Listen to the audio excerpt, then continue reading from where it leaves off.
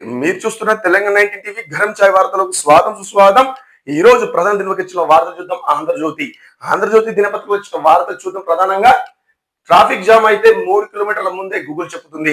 మాట్లాడుకుందాం. గోదావరి కృష్ణ జల వివాదాలపై రెండు రాష్ట్రాల ముఖ్యమంత్రులు కూర్చొని చర్చిద్దాం.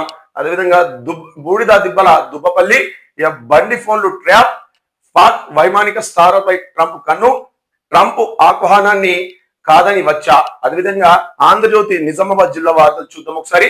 కుప్పలుగా దరఖాస్తులు, జిల్లా వ్యాప్తంగా 18 రోజుల పాటు రెవెన్యూ సదస్సులు, రైతుల నుంచి 30,300 దరఖాస్తుల స్వీకరణ, సైదాబాయినాలు పిఓటీ భూములపై వినతులు, ముగిసిన రెవెన్యూ సదస్సులు, నేటి నుంచి దరఖాస్తులను పరిశీలించనున్న అధికారులు.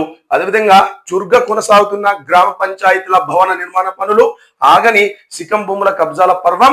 అదేవిధంగా 16,958 మంది రైతులకు ఖాతాలలో రైతు భరోసా నిధులు జమ. జిల్లాకు కేంద్ర హోంమంత్రి అమిత్ షా ఈ నెల 29 లేదా 30న పర్యటించే అవకాశం. పెద్ద ఎత్తున ఏర్పాట్లు చేస్తున్న బీజేపీ నేతలు.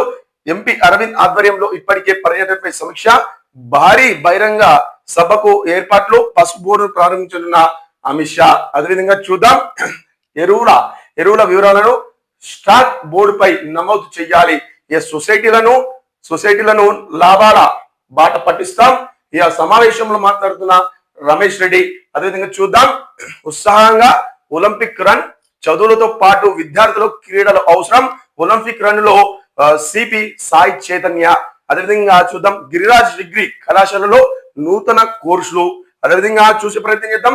మరొక దినపత్రిక సాక్షిలో వచ్చిన ప్రధానంగా వార్తలు ఒకసారి చూద్దాం. ఇంద్రావతి కట్టడి, గోదావరి ఉపనది జలాల గనిష్ట వినియోగానికి ఛత్తీస్గఢ్ రెడీ. బోధ్ఘాట్ బహుళార్థక సాధక ప్రాజెక్టుకు శ్రీకారం, కేంద్రం అనుమతి.